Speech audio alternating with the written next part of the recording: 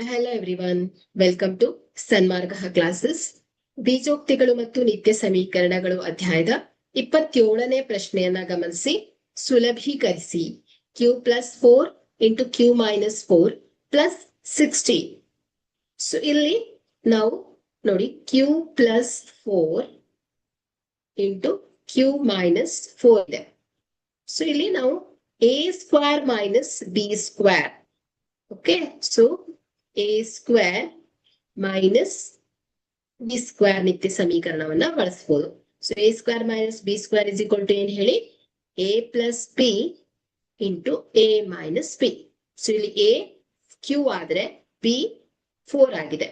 So q plus 4 q minus 4, a plus B a minus B ಅಲ್ವಾ. So ಹಾಗಾದ್ರೆ ಇದೇನಾಗತ್ತೆ, a square minus B square. So ಇಲ್ಲಿ a ಅಂದ್ರೆ q ಆಗಿದೆ, b ಅಂದ್ರೆ 4 ಆಗಿದೆ.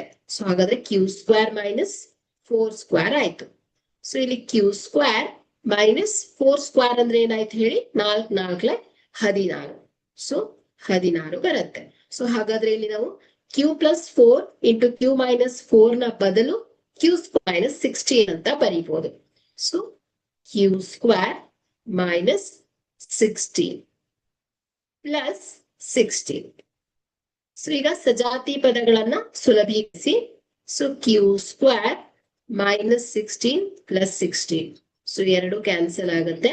So is equal to q square. Okay, thank you.